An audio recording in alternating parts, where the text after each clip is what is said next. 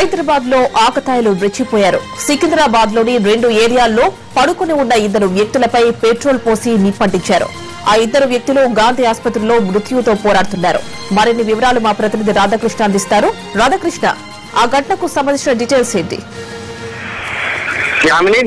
హైదరాబాద్ లో ప్రజలు రాత్రిపూట రోడ్డు మీద పడుకోవాలన్నా కూడా రక్షణ లేకుండా పోతుందనడానికి నిన్న రాత్రి జరిగిన సంఘటనల నిదర్శనంగా మనం చెప్పుకోవచ్చు. కొంతమంది ఆకతాయిలు రోడ్లపై పడుకొని ఉన్న వారిపై గతంలో దాడులు చేసి వెళ్లిపోయేవారు. కానీ ఈసారి ఏకంగా వాళ్ళని ప్రాణాలు తీర్చేంత స్థాయి వరకు కూడా ఎదిగిన పరిస్థితులు నిన్న చోటు చేసుకోవడం జరిగింది. సికింద్రాబాద్ లోని మహంకాళి పోలీస్ స్టేషన్ పరిధిలో ఒక సంఘటన జరగగా మరొకటి మోండా పోలీస్ స్టేషన్ పరిధిలో చోటు చేసుకోవడం జరిగింది. ఈ 2 సంఘటనల్లో కూడా ఒకరు ఆటో డ్రైవర్ నరసింహారావు, ఇతను మహంకాళి పోలీస్ స్టేషన్ పరిధిలో టెంపుల్ సమీపంలో మహాకాళి టెంపుల్ సమీపంలో రోడ్డు పక్కన ఆటో ఆపి ఆ ఆటోలో పడుకొని ఉన్నాడు. అతని దగ్గరకు వచ్చిన 2 వ్యక్తులు 2 వీలర్ పై వచ్చారు. వచ్చి అతను పడుకొని ఉన్న క్రమంలో అతనిపై పెట్రోల్ పోసి నిప్పంటించడం జరిగింది.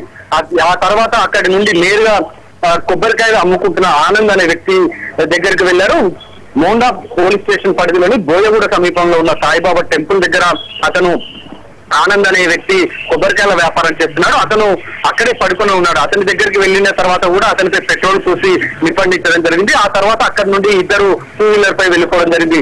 ఈ 2 సంఘటనల్లో కూడా నరసింహారావు 30% కాలిన గాయాలతో ప్రస్తుతం గాంధీ ఆసుపత్రిలో చికిత్స పొందుతుండగా ఆనంద్ 40% కాలిన గాయాలతో ప్రస్తుతం గాంధీ ఆసుపత్రిలో చికిత్స పొందుతున్నాడు. ఈ 2 సంఘటనలకు సంబంధించి కూడా 2 పోలీస్ స్టేషన్లకు సంబంధించిన పోలీసులు ప్రస్తుతం వీళ్ళిద్దరిని గాంధీ ఆసుపత్రిలో ఒకవైపు విచారిస్తుండగా మరోవైపు సీసీటీవీ ఫుటేజ్ లో ఆధారంగా చూస్తే మాత్రం ఆ సమయంలో ఎప్పుడైతే వీళ్ళిద్దరిపై నిప్పంటించిన సమయం ఉందో ఆ సమయంలో 2 వ్యక్తులు 2 వీలర్ పై వెళ్ళినట్లు కూడా చాలా స్పష్టంగా సీసీటీవీ ఫుటేజ్ లో పోలీసులు గుర్తించడం జరిగింది. కాబట్టి ఆ సీసీటీవీ ఫుటేజ్ ఆధారంగా ఆ 2 వీలర్ పై వెళ్తున్న 2 వ్యక్తులకు సంబంధించిన సమాచారాన్ని రాబట్టేందుకు ఒకవైపు పోలీసులు ప్రయత్నిస్తున్నారు. అలాగే 2 వీలర్ నెంబర్ ఆధారంగా కూడా ప్రస్తుతం సమాచారాన్ని సేకరించే ప్రయత్నం కూడా చేస్తున్నారు. మరొక వైపు 2 రోజుల్లో హనుమాన్ జయంతి కూడా హైదరాబాద్ లో భారీ ర్యాలీ కూడా నిర్వహించబోతున్నారు. 1,00,000 మందితోటి పైగా కూడా బైక్ ర్యాలీ కూడా నిర్వహించబోతున్నారు. ఈ క్రమంలో ఒకవైపు హైదరాబాద్ లో అందరినీ సృష్టించేందుకు కానీ ఏమైనా ఇబ్బందికర సంఘటనలు సృష్టించేందుకు కానీ ఎవరైనా ప్రయత్నిస్తున్నారన్న కోణంలో కూడా ప్రస్తుతం పోలీసులు దర్యాప్తు చేస్తున్నారు. యామిని, రాధాకృష్ణ, మీరు చెప్తున్నట్టుగా ఒకటి సికింద్రాబాద్ మహంకాళి అమ్మవారి టెంపుల్ దగ్గర ఒకరిని, ఇంకొకటి మోండా పోలీస్ స్టేషన్ సమీపంలో ఒకరిని అంటున్నారు పెట్రోల్ పోసి తగులుపెట్టారని. సో మరి పోలీస్ స్టేషన్ దగ్గరలోనే ఇలాంటి చర్యలు జరుగుతూ ఉంటే ఏమనుకోవాలి? అసలు పోలీసులు ఏమంటున్నారు? పోలీసులు ఈ సంఘటనపై చాలా సీరియస్ గా యాక్షన్ తీసుకుంటారు. ఎందుకంటే ఇప్పటికే అత్యాధునిక వాహనాలను పోలీసులకు తెలంగాణ ప్రభుత్వం ఏర్పాటు చేసింది. రక్షక వాహనాలను వీళ్ళకిచ్చి ప్రతి ప్రాంతంలో కూడా వీళ్ళు ఉండే విధంగా ఏర్పాటు కూడా చేయడం జరిగింది. అలాగే ఇంటర్సెప్టర్ వెహికల్స్ కూడా ఇవ్వడం జరిగింది. ఈ క్రమంలో ఇంత దారుణమైన సంఘటనలు 2 కూడా హైదరాబాద్ లో సికింద్రాబాద్ లో చోటు చేసుకోవడంపై పోలీసు ఉన్నతాధికారులు చాలా సీరియస్ గా తీసుకుంటున్నారు. దీనిపై పోలీసులు ఇప్పటికే కూడా సీసీటీవీ కెమెరాలో గుర్తించిన వాహనాలతో పాటు ఆ 2 వ్యక్తులను గుర్తించే పనిలో కూడా నిమగ్నమై ఉన్నారు. ఇలాంటి సంఘటనలు గతంలో కేవలం దాడులు చేసేంత వరకే ఉండేది, కానీ ఈసారి ప్రాణాలు తీసేంత వరకు కూడా వెళ్ళింది. కాబట్టి దీనిపై చాలా సీరియస్ గా యాక్షన్ తీసుకోబోతున్నామని కూడా పోలీసులు చెప్తున్నారు.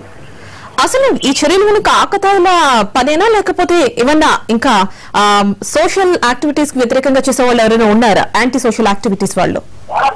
ప్రస్తుతం దీనికి సంబంధించి చూసుకుంటే కనుక మాత్రం ఇటు హనుమాన్ జయంతి కూడా 2 రోజుల్లో జరగబోతుంది. కాబట్టి అది కూడా 2 సంఘటనలు జరిగినాయి కూడా టెంపుల్ సమీపంలోనే. ఒకటి మహంకాళి టెంపుల్ సమీపంలో జరిగింది, మరొకటి సాయిబాబా టెంపుల్ సమీపంలో జరిగింది. కాబట్టి ఎవరైనా కావాలనే ఇలాంటి దుశ్చర్యలకు పాల్పడుతున్నారా అన్న కోణంలో ప్రస్తుతము పోలీసులు దర్యాప్తు చేస్తున్నారు. ఇంకా దీనిపై మాత్రం పోలీసులు ఒక నిర్ధారణకు మాత్రం రాలేకపోయారు. ఎందుకంటే ఈ సంఘటనకు సంబంధించి ఎలాంటి సమాచారం లేకపోవడం, అటువైపుగా ఇటు రక్షక వాహనాలు కానీ మిగతా సిబ్బంది నిఘా సిబ్బంది కానీ ఎవరికి కూడా తెలియకపోవడంతో ప్రస్తుతము ఆ సీసీటీవీ ఫుటేజ్ చాలా కీలకంగా మారబోతుంది. ఒకవేళ ఆ 2 వ్యక్తులను కనుక గుర్తిస్తే ఇలాంటి సంఘటనలు వీళ్ళు గతంలో ఏమైనా పాల్పడ్డారా అనేది కూడా వెలుగు చూసే అవకాశం కనబడుతుంది.